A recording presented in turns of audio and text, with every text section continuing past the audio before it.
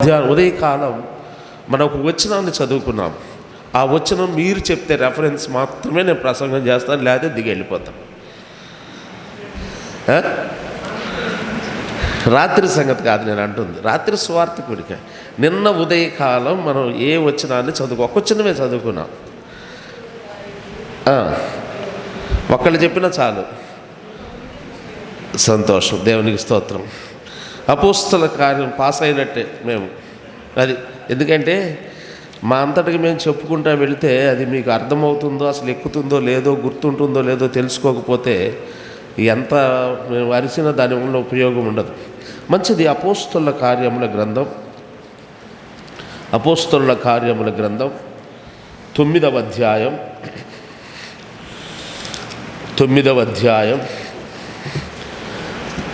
31వ వచనాన్ని చదువుకుందాం.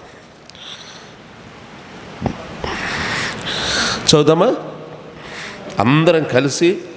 నేను రెడీ, 1 2 3. ఎవరన్నా నిద్రపోతున్నారా? నిద్రపోతున్న వాళ్ళు ఎవరు ఉంటే చేయొద్దండి. ఎందుకు ఎత్తుతారు చెప్పండి? నేను అడగటం కాబట్టి, పిచ్చి నా పిచ్చి కాతే. ఒకవేళ నిజంగా నిద్రపోతున్నా చేయొత్తారా? మంచిది. 31వ వచనం అందరం కలిసి ఒకసారిగా చదువుదాం. అందరం కలిసి అలర్ట్, అందరం కలిసి ఒకసారి చదివితే ఏదైనా నిద్రమొత్తున్నా కూడా పోద్ది మనకి. మంచిది. 1 2 3. కావున యూదయ, గలిలయ, సమరయ దేశముల యందంతటా సంఘము క్షేమాభివృద్ధి నొందుచు సమాధానము కలిగి ఉండెను, మరియు ప్రభువునందు భయమును పరిశుద్ధాత్మ ఆదరణయు కలిగి నడుచుకొనుచు విస్తరించుచుండెను. ఇప్పుడు మీరు చదవండి, నేను చదవకుండా. రెడీ, 1 2 3.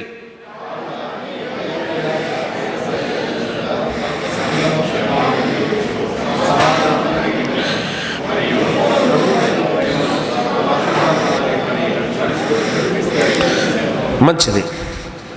చిన్న ప్రార్థన. కరుణా సంపూర్ణమైన మా ప్రియ పరలోకపు తండ్రి, చదవబడింది మీ మాటలు, మీ ఆత్మ ద్వారా మీరే మాతో మాట్లాడండి.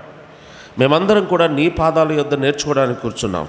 నీవే మా బోధకుడం, నీవే మాతో మాట్లాడండి, బోధించండి, మా హృదయాలను పురికొల్పండి, తెప్పరిల్ల చేయండి, తృప్తిపరచండి. ఇదిగో ప్రభా, దృఢపరచండి. మీ వాక్యము చేత మమ్మల్ని దర్శించమని మధ్యాహ్నం. పైగా ప్రభా, ఈ చిన్న సభలకు ముగింపు కూడిగ్గా ఉంటుండగా మంచి ముగింపు మాకు దయచేయమని మా ప్రభువును మా రక్షకుడైన యేసుక్రీస్తు వారి పేరట వేడుకొని ప్రార్థిస్తున్నాం తండ్రి, ఆమేన్. ప్రభునందు ప్రియులారా, మనం నిన్నటి దినాన ఈ వచనాన్ని చదువుకున్నాం. అపోస్తలుల కార్యముల గ్రంథం గురించి మనం అనేక సంగతులు చెప్పుకున్నాం నిన్న. ఇది కంటిన్యూషన్ కదండి, కొనసాగుచున్న గ్రంథం. అంటే నేటికి గ్రంథం కొనసాగుతుందని కాదు, అపోస్తలుల కార్యాలు భూమి మీద కొనసాగుతూనే ఉన్నాయి. యేసుక్రీస్తు రెండవ రాకడలో ప్రత్యక్షమయ్యేంత వరకు కూడా ఆ కార్యాలు జరుగుతూనే ఉంటాయి భూమి మీద, సంఘ కార్యాలు అని మనం గమనించాలి. అంత మాత్రమే కాదు, అపోస్తలుల కార్యముల గ్రంథానికి కీలకమైన అతి ప్రాముఖ్యమైన అధ్యాయం ఏంటి అంటే 9వ అధ్యాయం అనే చెప్పాలి కదండి. 9వ అధ్యాయం ఒక మలుపు తిరుగుతుంది అపోస్తల కార్యాలకి. మొదటి శతాబ్దంలో ఉన్న అపోస్తలులు వారి పరిచర్యలో గొప్ప మలుపు సంతరించుకుంది 9వ అధ్యాయంలో. ఈరోజు క్రికెట్ మ్యాచ్ ఉంది కదండి, అందుకే కాస్త స్ట్రెంగ్త్ కూడా తగ్గినట్టున్నారు. ఈరోజు క్రికెట్ మ్యాచ్ ఉంది, వన్డే మ్యాచ్. క్రికెట్ మ్యాచ్లో మ్యాన్ ఆఫ్ ద మ్యాచ్ ఇస్తారు ఒకళ్ళకి, అయిపోయిన తర్వాత ఒకళ్ళకి మ్యాన్ ఆఫ్ ద మ్యాచ్ ఇస్తారు. ఏ కొలమానంతో ఇస్తారు? Highest runs or highest wickets కాదు, ఏదన్నా అయి ఉండొచ్చు. బట్ మెయిన్గా హైయెస్ట్ రన్స్ వచ్చినంత మాత్రాన ఒక్కొక్కసారి వాళ్ళకి మ్యాన్ ఆఫ్ ద మ్యాచ్ రాదు. ఒకవేళ ఒక వ్యక్తి సెంచరీ చేశాడు అనుకుందాం, ఉదాహరణకి ఇలా చెప్పుకుందాం, నాకు ఇప్పుడు వాళ్ళ కంటే కూడా పాత వాళ్ళకి కొంచెం తెలుసు. సచిన్ టెండూల్కర్ సెంచరీ చేశాడు అనుకోండి, 200 స్కోరే, దాంట్లో సెంచరీ సచిన్ టెండూల్కర్ చేశాడు, మిగతా టీం మెంబర్స్ అందరూ కలిసి 100 పరుగులు చేశారు. ఒకవేళ బౌలర్స్లో ఎవరైనా ఉండి ఆ ఎదురు టీం కూడా వాళ్ళ బ్యాటింగ్ ప్రారంభించబడి 190 రన్స్ దాకా వచ్చారనుకోండి, అప్పుడు 7 వికెట్లు పడిపోయినాయి అనుకోండి, ఆ టైంలో ఒక బౌలర్ వచ్చి కనుక 3 వికెట్లు తీస్తే మ్యాన్ ఆఫ్ ద మ్యాచ్ ఎవరికి ఇస్తారు? ఆ బౌలర్కి ఇస్తారు. ఎందుకు? మ్యాచ్ని మలుపు తిప్పాడు. మ్యాచ్ ఏం జరిగింది అప్పుడు దాకా? వాళ్ళు గెలుస్తారు గెలుస్తారు గెలుస్తారు అనుకుంటూ ఉండగా సడన్గా ఒక క్యాచ్ ద్వారానో ఒక మంచి వికెట్ తీయడం ద్వారానో మ్యాచ్ని మలుపు తిప్పినప్పుడు అద్భుతంగా, ఒకవేళ 6 బాల్సే ఉన్నాయి 30 రన్స్ కొట్టాలి అని ఉందనుకోండి, 6 బాల్లో 30 రన్స్ కొట్టాలి అనుకున్నాను అనుకోండి, ఆ టైంలో ఎవడన్నా ఒక బౌలర్ చివరిలో వచ్చి వాడికి ఏమి ఊపేస్తాడు కదా బ్యాట్ తీసుకొని, కొట్టాడు అనుకోండి, ఒక 5 సిక్స్లు కొట్టాడు అనుకోండి, సెంచరీ కాదు డబల్ సెంచరీ చేసినా కూడా మ్యాన్ ఆఫ్ ద మ్యాచ్ వీడికి వచ్చింది. ఎందుకు? మ్యాచ్ మలుపు తిరిగింది అక్కడ. అలాగే అపోస్తలుల కార్యముల గ్రంథం 9వ అధ్యాయంలో ఒక గొప్ప మలుపు. మొదటి శతాబ్దములో ఉన్న సంఘములో యేసుక్రీస్తు పరిశుద్ధాత్మ ద్వారా 2వ అధ్యాయంలో ప్రారంభించబడిన సంఘం అనేక ఒడిదుడుకులు, అననీయ సప్పీరాల ఒడిదుడుకు ప్రారంభమైంది. మొదటి దెబ్బ అననీయ సప్పీరాల ద్వారా జరిగింది 5వ అధ్యాయంలో. ఆ తర్వాత అపోస్తలుల కార్యాలు జరుగుతూ ఉన్నాయి. ఆదిమ సంఘం, మొదటి సంఘం యెరూషలేములో విస్తరిస్తూ ఉంది. సంఖ్య నిన్న చెప్పుకున్నాం కదా, అనేకులు చేర్చబడుతూ వచ్చారు. అనేకులు సంఘములో చేర్చబడుతూ వస్తూ ఉండగా ఆ మొదటి సంఘములో లేదా ఆదిమ సంఘములో ఒక గొప్ప మలుపు సంతరించుకుంది 9వ అధ్యాయము. ఏమిటి ఆ మలుపు? చూడండి, 9వ అధ్యాయం సౌలు యొక్క మార్పు. సౌలు పట్టబడడమే ఒక అద్భుతం. క్రొత్త నిబంధన సంఘ చరిత్రలో ఆదిమ సంఘములో దేవుడు సౌలును బలమైన సాధనంగా వాడుకున్న ఆ సౌలు దమస్కు మార్గములో పట్టబడడమే ఒక మలుపండి. అద్భుతమైన మలుపు, ఊహించని మలుపు. యూదులు కానీ యూదేతరులు కానీ ఎవరు కూడా ఊహించనటువంటి మలుపు సంతరించింది కదండి. సౌలు ఇంకను, మొదటి వచనం చూడండి 9వ అధ్యాయం, సౌలు ఇంకను ప్రభువు యొక్క శిష్యులను బెదిరించొచ్చుటకును హత్య చేయుటకును తనకు ప్రాణాధారమైనట్టు ప్రధాన యాజకుల యొద్దకు వెళ్ళి ఈ మార్గమందున పురుషులైన స్త్రీలను కనుగొనిన ఎడల వారిని బంధించి యెరూషలేముకు తీసుకొని వచ్చుటకు దమస్కులో సమాజం వారికి పత్రికలు ఇమ్మని అడిగాను. ఆ పత్రికలు తీసుకొని బయలుదేరాడు సౌలు. బయలుదేరి వెళుతూ ఉండగా మార్గములో సౌలు పట్టబడ్డాడు. దేవుడు దమస్కు మార్గములో సౌలును దర్శించాడు. దర్శించినప్పుడు సౌలు మార్పు చెందిన అధ్యాయం అండి ఇది. సౌలు మలుపు, సౌలు జీవితంలో మలుపు, ఆదిమ సంఘ చరిత్రలో మలుపు, అపోస్తలుల కార్యాలలో మలుపు, అన్నిట్లో ఒక మలుపు తిప్పిన అధ్యాయము 9వ అధ్యాయం. అందుకే కీ చాప్టర్, అపోస్తలుల కార్యానికి కీ చాప్టర్ లాంటిది ఏంటిదంటే ఇది. ఇప్పుడు ఈ 9వ అధ్యాయములో ఒక మూలవాక్యం చెప్పండి, కీ వర్స్. అపోస్తలుల కార్యం అంతట్లో 9వ అధ్యాయం ప్రాముఖ్యమైంది. 9వ అధ్యాయంలో వచనం చెప్పండి ప్రాముఖ్యమైందంటే 31వ వచనమే టర్నింగ్ అండి. 31వ వచనము మనం చదువుకున్నదే అతి ప్రాముఖ్యమైన వచనంగా ఉంది. ఒక రకంగా చెప్పాలంటే అపోస్తలుల కార్యములంతటికీ కూడా మూలవాక్యం ఇదే. ఏంటి అపోస్తలుల కార్యాలంటే ఏంటి? వాళ్ళ కార్యాలు ఏం చేశారు వాళ్ళు చెప్పండి. కావున యూదయ సమరయ ఇలా ఎవరిని అడిగారు అనుకోండి, అపోస్తలుల గ్రంథంలో అపోస్తలుల కార్యాల్లో అపోస్తలులు ఏం చేశారయ్యా అంటే ఈ వచ్చిన చెప్తే సరిపోతుంది దానికి జవాబు కదండి. చూడండి, కావున యూదయ సమరయ గలిలయ దేశముల ఎంతటా సంఘము క్షేమాభివృద్ధి నొందుచు సమాధానము కలిగి ఉండెను, మరియు ప్రభువునందు భయమును పరిశుద్ధాత్మయ ఆదరణ కలిగి నడుచుకొనుచు సంఘము. ఇది అపోస్తలుల కార్యములో జరిగిన సంఘటన. సంఘము విస్తరిస్తూ ఉంది, క్షేమాభివృద్ధి కలుగుతూ ఉంది, సంఘము నడుస్తూ ఉంది. ఒక్కొక్క పదం మీద ఒక్కొక్క వర్తమానం వినొచ్చు మనం. నేను ఒకసారి ఎప్పుడో రాజమండ్రిలో అనుకుంటాను, అక్కడ బ్రదర్ అసెంబ్లీలో సభలు చేస్తూ ఈ ఒక్క వచనం మీదే నేను 5 6 ప్రసంగాలు చేశాను. ఒక్కొక్క దాన్ని క్షేమాభివృద్ధి అని ఒకటి, నడుచుకునే సంఘము నడిచేదిగా ఉంది. యూహిత సైన్య సమభీకర రూపిణియగు ఈమె ఎవరు? సైన్యం, సైనిక విన్యాసం కదండి. ఆమె ఎవరు అంటే సంఘమే. సంఘము నడిచే యంత్రాంగం, ఒక చోట స్థిరంగా ఉండేది కాదు, నడుచుచూ ఉండేది అని మనం చూస్తాం. అనేక సంగతులు ఉన్నాయి. కానీ ఈ దినం ఈ వర్తమానంతో మనం ఈ కార్యాన్ని ఈ అపోస్తలుల కార్యముల ధ్యానాన్ని ముగించుకుందాం. ఇప్పుడు కొన్ని సంగతులు మనం చూసాం. 31వ అధ్యాయంలో సంఘం ఎలాగ క్షేమాభివృద్ధి చెందిందో, అనేక మంది విశ్వాసులు చేర్చబడటం ద్వారా సంఘము విస్తరించినట్టుగా మనం చూసాం. అనేక మంది అపోస్తలులు, అనేక మంది ప్రవక్తలు లాంటి వారు, అనేక మంది బాధ్యత కలిగిన సహోదరులు సహోదరీలు పౌలుతో జతపని వారుగా, పేతురు, యోహాను, యాకోబులు అపోస్తులతో జతపని వారుగా ఉండి సంఘాన్ని ముందుకు తీసుకువెళ్తూ ఉండగా సంఘానికి ముందుకు తీసుకువెళ్తున్నారు. సంఘము క్షేమాభివృద్ధి చెందుతూ విస్తరిస్తుంది. ఇప్పుడు నా ప్రశ్న ఏంటంటే, సంఘము క్షేమాభివృద్ధి అందాలి. నీవున్న సంఘం, నీవు ఇక్కడ తిరుపతిలో మిస్పా క్రిస్టియన్ అసెంబ్లీలో ఉన్నావు, అద్దంకి గాస్పుల్ హాల్లో మేమున్నాం. కాబట్టి ఎక్కడెక్కడో సంఘాల్లో ఉన్నాం. మన సంఘము క్షేమాభివృద్ధి చెందాలి అంటే మనమేం చేయాలి? దాంట్లో మనం ఏమైనా చేయాలా? మన పని ఏమీ లేదా దాంట్లో? పెద్దలు, పరిచారకులు, బోధకులు వాళ్ళదేనా పని? ఎంత మాత్రం కాదు, ఇది గమనించాలి. అనేక సార్లు సంఘం యొక్క బాధ్యత సేవకులది అనుకుంటున్నాం, సంఘము యొక్క బాధ్యత పెద్దలది అనుకుంటున్నాం, సంఘము యొక్క బాధ్యత పరిచారకురాండ్రది అనుకుంటున్నాం, సంఘము యొక్క బాధ్యత కదండి ట్రెజరర్ది అనుకుంటున్నాం. తప్పు. సంఘము యొక్క బాధ్యత ప్రతి విశ్వాసిది అయి ఉండాలి. నీవు నేను సంఘములో బాధ్యత కలిగిన వారంగా పని చేయాలి కదండి, బాధ్యత కలిగిన వారంగా పని చేయాలి. ఇప్పుడు మనకు అర్థమవడం కోసం మీకు ఒక రూపం చెప్తాను నేను. ఇప్పుడు అపోస్తుల కార్యముల గ్రంథం 9వ అధ్యాయం ఒక సంఘం అనుకోండి, ఈజీగా మనం ముగించుకోవడానికి. ఇప్పుడు అపోస్తుల కార్యం 9వ అధ్యాయం అంతా చెప్పేదాకా నేను వదిలిపెట్టను. ఎందుకంటే సుందరరావు అన్న చాలా తెలివిగా సమయం ఆయనకి తెలుసు అన్నాడు.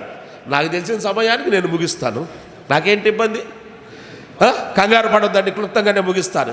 9వ అధ్యాయం అంతా ఒక సంఘం అనుకోండి. దీనికి ఏం పేరు పెడదాం? ఇప్పుడు ఏ పేరు పెట్టినా కూడా ఆ సంఘం జ్ఞాపకం వస్తుంది మనకి. దీనికి ఏం పేరు పెడదాం చెప్పండి? 9 క్రిస్టియన్ బ్రదర్స్ అసెంబ్లీ. ఏంటి 931 క్రిస్టియన్ బ్రదర్స్ అసెంబ్లీ అంటే ఇప్పుడు మిస్పా క్రిస్టియన్ బ్రదర్స్ అసెంబ్లీ అంటే సుందర్రావు అని మనం ధ్యానించే కొద్దీ సుందర్రావు అన్న వాళ్ళ సంఘస్థులు మన మైండ్లో మెదులుతారు. మనకు కావాల్సింది ఇప్పుడు 9వ అధ్యాయం ఒక సంఘం అనుకోండి అన్నాను. బాగా గమనించండి, 9వ అధ్యాయం ఒక సంఘం అంటే acts chapter 9:31 Christian assembly address ఇది. ఇప్పుడు 9వ అధ్యాయములో ఎవరెవరు వ్యక్తులు ఉన్నారు వాళ్ళందరిని గురించి ధ్యానం చేయాల్సిందే ఈ పూట. ఎన్ని వచనాలు ఉన్నాయి 9వ అధ్యాయంలో? 48 వచనాలు. ఊరికే మీరు ఆలోచన చేసామండి, 48 వచనాల్లో ఎంతమంది పేర్లు ఉంటాయి అంతమందిని ధ్యానించాల్సిందే. ఈరోజు ధ్యానిస్తేనే ముగిస్తుంది అపోస్తల కార్య గ్రంథం ధ్యానం. ఎంతమంది ఉన్నారు? సౌలు అట్లా పక్కన పెట్టండి, అప్పుడే ప్రభువు నమ్ముకున్నాడు, ఇంకా సంఘములో చేర్చబడలేదు కదా. నేను ఇందాకేమన్నాను? 9వ అధ్యాయం ఒక సంఘం అనుకోండి అన్నాను. అప్పటికి ఇంకా సంఘములోకి రాలేదు సౌలు అట్లా పక్కన పెట్టండి. ఇప్పుడు చెప్పండి ఎంతమంది ఉన్నారు? కంగారు పడబాకండి, ఎక్కువ మంది ఏమి లేరు. 1 అననీయ కనబడతాడు. నెక్స్ట్ త్వరగా లాస్ట్కి వెళ్ళిపోయారు. అననీయ తర్వాత 27వ వచనంలో బర్నబా కనబడతాడు. తర్వాత 36వ వచనంలో తబిత కనబడుతుంది. తర్వాత 39వ వచనంలో ఎవరున్నారు? 39లో ఎవరున్నారు? పేతురు. వీళ్ళు నలుగురు తప్ప ఇంకెవరు లేరండి, కంగారు పడబాకండి. 48 వచనాలు ఉన్నా నలుగురే ఉన్నారు. ఈ నలుగురు వ్యక్తుల గురించి మనం ధ్యానం చేద్దాం ఈ మధ్యాహ్న కాల సమయంలో క్లుప్తంగా. మీరు నాతో మాట్లాడుతూ నేను అడిగేదానికి మీరు చెప్తూ ఉంటే త్వరగా అయిపోతుంది. ఇక్కడ నలుగురు వ్యక్తులు ఉన్నారు. ఇప్పుడు చెప్పండి, ఈ సంఘములో ఎంతమంది ఉన్నారు? నలుగురు ఉన్నారు. ఈ నలుగురు ఈ 9వ అధ్యాయం అనే సంఘములో ఆ నలుగురు ఏం చేశారో అవి మనం చేస్తే చాలు, సంఘాలు క్షేమాభివృద్ధి చెందుతాయి. ఈజీ ఫార్ములా అండి. సంఘాలు క్షేమాభివృద్ధి చెందడానికి ఏదో బైబిల్ ట్రైనింగ్కి వెళ్ళి అక్కడేదో ఫార్ములాలు నేర్చుకొని వచ్చి కదండి జనానికి కనికట్టు చేసి జన సమూహాన్ని చేర్చడం కాదు. ఇది వాక్యానుసారమైన పద్ధతి ఎంతమాత్రం కాదు. సంఘాలు క్షేమాభివృద్ధి చెందాలి, సంఘాలు విస్తరించాలి. ఎన్నున్నాయి దాంట్లో చూడండి. 1 సంఘము క్షేమాభివృద్ధి నందాలి. 2వది సంఘములో సమాధానం ఉండాలి. 3వది ప్రభువునందు సంఘములో ఉండే వాళ్ళకి దేవుని భయం ఉండాలండి. దేవుని భయము. ఆ తర్వాత పరిశుద్ధాత్మ వల్ల కలుగు ఆదరణ. 4 తర్వాత సంఘము నడిచేదిగా ఉండాలి, సంఘము విస్తరించేదిగా. 6 సంగతులు ఉన్నాయి వీటిలో. ఒక్కొక్కటి ఒక్కొక్క వర్తమానంగా చెప్పుకోవచ్చు, కానీ అటు వెళ్ళట్లేదు నేను. ఇప్పుడు ఇవన్నీ జరగాలి అంటే నీవున్న సంఘములో. మన సంఘమా కాదా?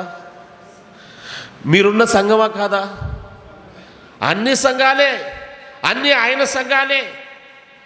యెరూషలేములో అంతియోకయలో ఉన్న సంఘం ఎలాంటిదో మన సంఘం కూడా అలాంటిదే. ఆ సంఘం కొరకు ప్రాణం పెట్టాడు, మన సంఘం కొరకు కూడా, మనమున్న సంఘం కొరకు కూడా ఆయన ప్రాణం పెట్టాడు. సంఘములో వ్యత్యాసం లేదండి. జనాన్ని బట్టో, మందిని బట్టో, బిల్డింగ్ని బట్టో సంఘములో మార్పు ఎప్పుడు ఉండదు. సంఘము ఆయన స్వరక్తం ఇచ్చి సంపాదించిన ఆయన సంఘం అంతే. అది చిన్నది కావచ్చు, 10 మంది కావచ్చు, 20 మంది కావచ్చు, 50 మంది కావచ్చు, 500 మంది ఉండవచ్చు. సెంట్రల్ ఏసీ బిల్డింగ్ ఉండవచ్చు, సంఘానికి పూరి పాక ఉండవచ్చు, టెంట్లో ఆరాధన చేయవచ్చు, సిమెంట్ రేకుల కింద ఉండవచ్చు. సంఘము ఒకటేనండి. ఇప్పుడు ఈ సంఘము విస్తరించాలి, సంఘము క్షేమాభివృద్ధి చెందాలి, సంఘములో ఐక్యత ఉండాలి, సంఘములో ఆదరణ ఉండాలి. పరిశుద్ధాత్మ వల్ల కలుగు ఆదరణ, మనీ వల్ల వచ్చే ఆదరణ కాదు కదండి, పరిశుద్ధాత్మ వల్ల కలుగు ఆదరణ.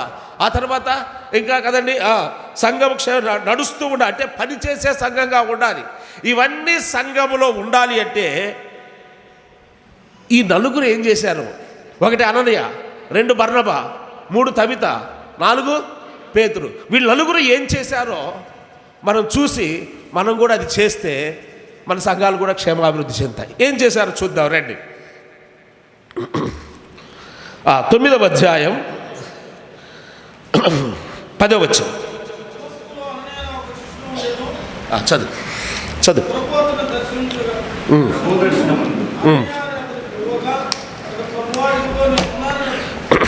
చాలు.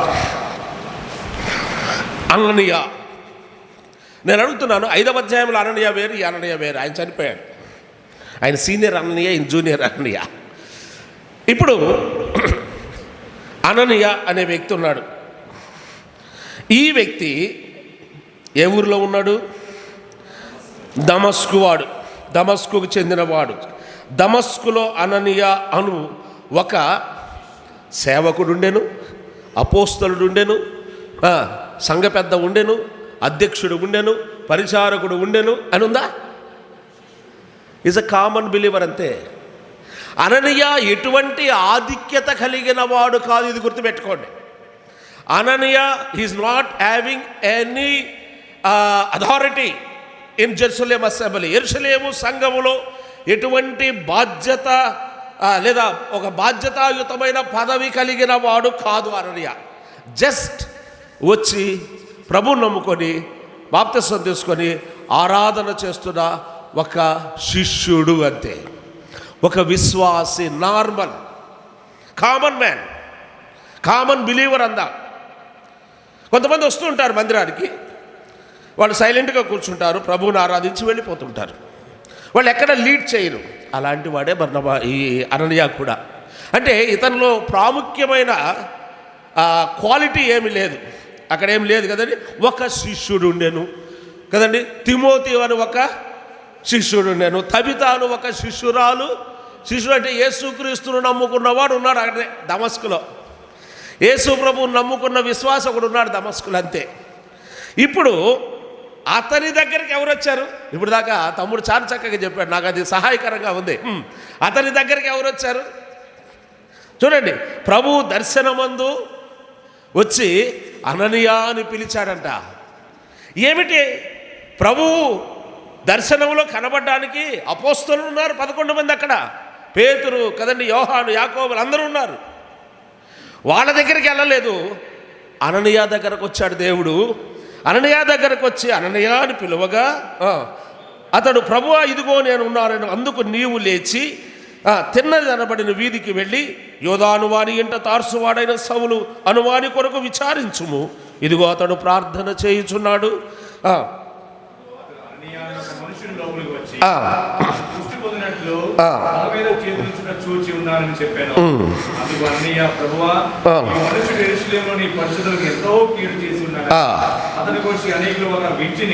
అవన్నీ మనకు తెలిసిన సంగతులు, మీరు చదువుకుంటే ప్రభువా ఈ మనుష్యుడు యెరూషలేములో నీ పరిశుద్ధులకు ఎంతో కీడు చేసి ఉన్నాడని అతని గురించి అనేకుల వల్ల వింటిని. ఇక్కడను నీ నామమును బట్టి ప్రార్థన చేయవాడిని బంధించుటకు అతడు ప్రధాన యాజకుల అధికారం పొంది ఉన్నాడని ఉత్తరం ఇచ్చాను.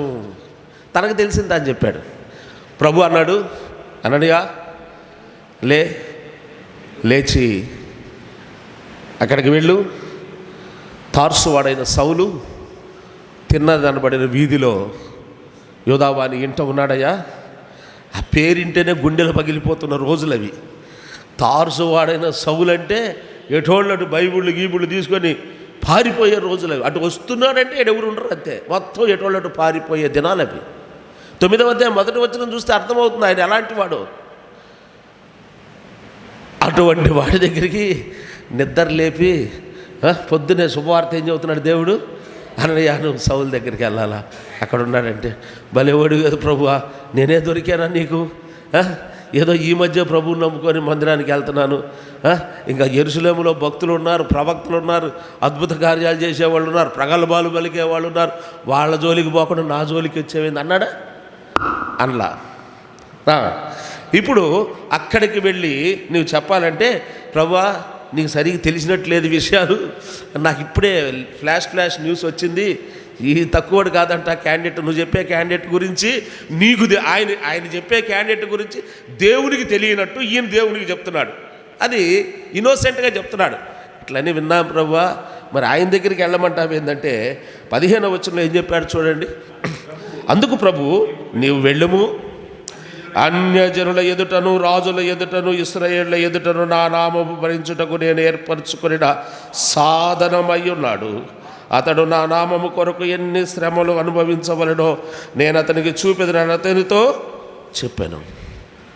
2 వచనాల్లో పౌలు భవిష్యత్తు అంతా చెప్పేశాడు దేవుడు. ఇప్పుడు నేను అడుగుతున్నాను, ప్రభువుకు తెలుసా తెలియదా పౌలు సంగతి? గతం తెలుసు, ప్రస్తుతం తెలుసు, భవిష్యత్తు. నీ గతమే తెలుసు అననీయ, భవిష్యత్తు చెప్పంటావా? ఈ క్యాండిడేట్ భవిష్యత్తు ఎలాగుంటుందో చెప్పంటావా? నీకేదో ఫ్లాష్ వచ్చింది అనుకుంటున్నావా న్యూస్? నేను భవిష్యత్తు కూడా చెప్తాను. ఇతన్ని నేను బలముగా వాడుకోబోతున్నా, నా సాధనం అన్యజనుల మధ్య, అధికారుల మధ్య, రాజుల మధ్య నేను ఇతన్ని వాడుకోబోతున్నాను. ఒక పాత్రగా, ఒక సాధనంగా, ఒక పనిముట్టుగా క్రొత్త నిబంధన సంఘ చరిత్రలో శిఖరాగ్రములో ఉండే స్థానములో ఇతను ఉండబోతున్నాడయ్యా అంటే, వెంటనే అననీయ ఏమన్నారంటే, ప్రభువా అంత గొప్పోడి దగ్గరికి ప్రార్థన చేయడానికి నేనా వెళ్ళేది? ఇప్పుడు సుందరరావు గారికి జ్వరం వచ్చిందనుకోండి, మీటింగ్లు అంతా అయిపోయినాక హడావుడే ట్రాకుల్లో పాటలు పాడి కదండి, అలసిపోయి జ్వరం వచ్చిందనుకోండి, రేపు సంఘ పెద్దలు సహోదరులు ఎవరైనా వచ్చి పలకరించి ప్రార్థన చేసిపోవడానికి రావాలి. ఇందాక పాటలు పాడిన పిల్లవాడిని పంపించామనుకోండి, మనం ప్రార్థన చేసినామని పోతాడు వాడు. తాతయ్యకి నేను పోయి ప్రార్థన చేసేది ఏందంటాడు కదా, పోతాడా? పంపిస్తాం మనం అసలు? కానీ దేవుడు పంపిస్తాడండి, దేవుడు పంపిస్తాడు. దేవుడు బాగా గమనించండి, యవనస్తులు ఉన్నారు, యవన బిడ్డలు ఉన్నారు. దేవుడు ఒక వ్యక్తిని వాడుకోవడానికి దేవుడు ఎటువంటి అర్హతలు చూడడు. ఉదాహరణకు అననీయ, ఏ అర్హత ఉందండి అననీయకి? సంఘ పెద్ద, పరిచారకుడా, ఒక బాధ్యత కలిగిన సహోదరుడా ఉందా? అంటే అర్హతలు చూడని కాదు, ఆత్మీయమైన అర్హతలు చూస్తాడు. అంతేగాని ఎటువంటి అర్హతలు కూడా ఉండాల్సిన అవసరం లేదు. ఆయనకు కావాల్సిన అర్హత ఏంటండి? ఆయన శిష్యుడైతే చాలు, వాడుకుంటాడు. నీకు ఇంగ్లీష్ వచ్చినా రాకపోయినా వాడుకుంటాడు, నీకు చదువు ఉన్నా లేకపోయినా వాడుకుంటాడు. అవునా కాదా? ఆయనకు కావాల్సిన అర్హతలు ఉంటే చాలు. ఈ లోక సంబంధమైన, అధికార సంబంధమైన అర్హతలు ఏమీ ఉండాల్సిన అవసరం ఉందా? లేదు. అననీయను వాడుకోదలుచుకున్నాడు దేవుడు. ఇప్పుడు నేను అడుగుతున్నాను, అననీయను వాడుకోవడానికి భౌతిక ఈ లోక సంబంధమైన అర్హతలు లేకపోయినా ఏ అర్హత చూడకుండా వాడుకుంటాడా దేవుడు? ఖచ్చితంగా చూస్తాడు. ఏ అర్హత ఉందో చెప్పండి. ఇప్పుడు మీరు చదివి చెప్పండి నాకు, మరలా చదువుదాం. వచ్చినాంది. దమస్కులో అననీయ ఒక మనుషుడు నేను ప్రభు దర్శనం ముందు అననీయ అతన్ని పిలువగా, 3వ మాట ఇది పట్టుకోండి, ఇక్కడ పట్టుకోండి. ప్రభువా ఇదిగో నేనున్నాను. This is the answer. దేవుడు పిలిచినప్పుడు అననీయ ఇచ్చిన జవాబు చూడండి, ఇది ఒక్కడ చాలండి, ఇదే అర్హత. ప్రభువా నేను ఉన్నాను అన్నాడంతే. ప్రభువా నేను ఉన్నాను అంటే దాని అర్థం అందుబాటులో ఉండేవాడిని వాడుకుంటాడు దేవుడు. ఇది గుర్తుపెట్టుకోండి. నీకు ఎన్ని అర్హతలు, నువ్వు బైబిల్ ట్రైనింగ్ చేసి ఉండొచ్చు, నీకు ప్రకటన గ్రంథం ఆది కాండం నుంచి ప్రకటన గ్రంథం వరకు గొక్క తిప్పుకోకుండా ప్రసంగం చేయటం నీకు చేత అయినా, నీవు సంఘానికి, సేవకునికి, సంఘ పెద్దలకి అందుబాటులో లేకపోతే దేవుడు నిన్ను వాడుకోడు. ఇది గుర్తుపెట్టుకో. ఉండాల్సిన అర్హత ఏంటి? దేవుడు ఒక వ్యక్తిని వాడుకోవాలి అంటే అతని వ్యక్తి రక్షించబడిన సంఘములో చేర్చబడిన వాడు అయి ఉండాలి. నెక్స్ట్ చెప్పండి, అవైలబిలిటీలో ఉండాలి, అందుబాటులో ఉండాలి. అందుబాటులో ఉండేవాడిని వాడుకుంటాం. ఇద్దరు పిల్లలు ఉన్నారనుకోండి. ఇప్పుడు అన్నకి ఇద్దరు కుమారులు ఉన్నారు. ఒక అబ్బాయి ఏమో బస్ స్టాండ్ దగ్గర ఉన్నాడు, ఫోన్ చేస్తే అక్కడ ఫోన్ ఎత్తాడు. చిన్న అబ్బాయి ఇక్కడే ఉన్నాడు, పలికాడు. ఆ కుర్చీ కొంచెం ఇటు తీసుకొచ్చి ఇక్కడ అయినా ఆయన అని ఎవరికి చెప్తాడు? అందుబాటులో ఉండేవాడికి చెప్తాడు, కానీ అందుబాటులో లేనివాడికి చెప్తాడా? ఏంది నాన్న ఎప్పుడు చూసినా నువ్వు అన్నయ్యకి పనులు, ఈ ఇద్దరు పిల్లలు ఉన్న వాళ్ళ ఇళ్ళలో ఉంటాయి, అన్నయ్యకి అసలు ఎప్పుడూ పని చెప్పవు. ఏ పనైనా నాకే, మమ్మీ నాకే చెప్పుద్ది, నువ్వు కూడా నాకే చెబుతావు. అసలు వాడికి పని చెప్పరా మీరు? అసలు వాడు పై పై పై పైన తిరుగుతున్నాడు, ప్రతి పని నాకే చదువునంటే వీళ్ళు ఏమంటారు? ఒరే నాయన చేసేవాడికే చెబుతారు నా పని, వాడి మీద నమ్మకం. అంటే పెద్దోడు చేయడానికి కాదు, నాకు తెలియదు, నేను ఊరికి ఉదాహరణగా చెప్తున్నాను. చేసేవాడికి చెబుతారా పని ఇంట్లో తల్లిదండ్రులు, చేయనోడికి చెబుతారా? అది అందుబాటులో ఉండేవాడు నమ్మకమైన వానికి చెప్తారు. రెండవది, ఒకటి అందుబాటులో ఉండాలి, రెండవది నమ్మకమైన వానికి. ప్రియమైన సహోదరి సహోదరులారా, నీవున్న సంఘములో నీవు అందుబాటులో ఉంటున్నావా? సంఘానికి నువ్వు అందుబాటులో ఉంటున్నావా? రెండవది చెప్పండి, లోబడేవాడు కదండి. వెంటనే లోబడ్డాడు, ఇదిగో నేనున్నాను. నమ్మకం, లోబడడం ఎన్నైనా చెప్పుకోవచ్చు అక్కడ. మనం ఇంకా మీరు ధ్యానం చేసి ఇంకొక 4 పదాలు తగిలించినా తప్పేమీ లేదు. అన్ని లక్షణాలు కనబడుతున్నాయి, ఒక్క వచనంలోనే ఉన్నాడు అననీయ. అందుబాటులో ఉండాలి నీవు. రెండవది నమ్మకంగా, సంఘములో నమ్మకంగా ఉండాలి. నీవు సంఘములో అందుబాటులో ఉన్నప్పుడు ప్రభువుకు నమ్మకంగా ఉంటే ప్రభువు నిన్ను ఖచ్చితంగా వాడుకుంటాడు. ప్రభువు ఖచ్చితంగా నిన్ను వాడుకుంటాడు. నీ ద్వారా నీవున్న సంఘం క్షేమాభివృద్ధి చెందుతుంది. సంఘాలు క్షేమాభివృద్ధి చెందలేదంటే ఆ సంఘములో మన పాత్ర ఏంటి అని పరిశీలన చేసుకోవాలి. ఒకవేళ నేనే క్షేమాభివృద్ధి చెందకపోవడానికి నేనే అడ్డుపడ్డగా ఉన్నారా? ప్రభువా, నీ కొరకు నేనేం చేయాలి? అసలు ఎందుకు రక్షించుకున్నావు నన్ను? ఎంతోమంది లోకంలో నాకంటే జ్ఞానవంతులు ఉన్నారు, వాళ్ళు రక్షించలేదు, నన్ను రక్షించుకున్నావు, నీ సంఘములో చేర్చావు. నేనేం చేయాలయ్యా ఈ సంఘములో? నేను ఏం పని కలిగి ఉండాలి? ఆలోచన ఎప్పుడన్నా ఉందా? ఏదో సంఘానికి ఎంటర్టైన్మెంట్ ప్రోగ్రాంకి వచ్చిపోయినట్టుగా, ఏదో డ్యూటీకి వెళ్ళినట్టుగా, షాపింగ్ మాల్కి వెళ్ళినట్టుగా, షాపింగ్కి వెళ్ళినట్టుగా. This is not entertainment place అండి. సంఘానికి వస్తున్నామంటే ప్రభువుకు అందుబాటులో ఉండాలి, ప్రభువుకు లోబడే వారంగా ఉండాలి. ఇప్పుడు అననీయను పంపిస్తున్నాడు పౌలు దగ్గరికి. అతనేమో గొప్ప చరిత్ర కనపడుతుంది. దేవుడే చెప్పాడు, అతన్ని నేను గొప్పగా వాడుకోబోతున్నాడు, ఈ క్రొత్త నిబంధన సంఘ చరిత్రలో అగ్రస్థానంలో ఉండబోతున్నాడు. అలాంటి వాడి దగ్గరికి సామాన్యుడి పోయి ప్రార్థన చేసినప్పుడు అంటున్నాడు, వాడుకున్నాడండి దేవుడు. నిన్నైనా నన్నైనా ఖచ్చితంగా దేవుడు వాడుకుంటాడు. దేవుడు వాడుకుంటాడు, దాంట్లో ఏ సందేహం లేదు. మానవులు కాదు వాడుకునేది, దేవుడు వాడుకోవాలి. సరే, రెండో వ్యక్తి, సమయం లేదు, త్వరగా రెండో వ్యక్తి ఎద్దుకు వద్దాం. మొదటి దాంట్లో ఏం చెప్పుకున్నాం? అందుబాటులో ఉండాలి, దేవునికి నమ్మకంగా ఉండాలి. రెండో వ్యక్తి బర్నబా దగ్గరికి వద్దాం. 27వ వచనం. అప్పుడే 27 వచనాలు ధ్యానం చేసేసాం కదా, చాలా సంతోషంగా ఉంటుంది కదా.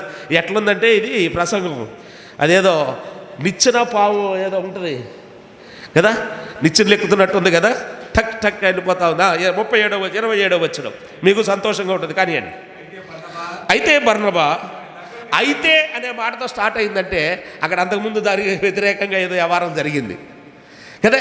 అంటే దాని అర్థం అంటే ఈ సౌలు ఎవరు నమ్మట్లా, ఈ పౌలు ఎవరు నమ్మట్లా, అందరు కాస్త దూరం పెడుతున్నారు.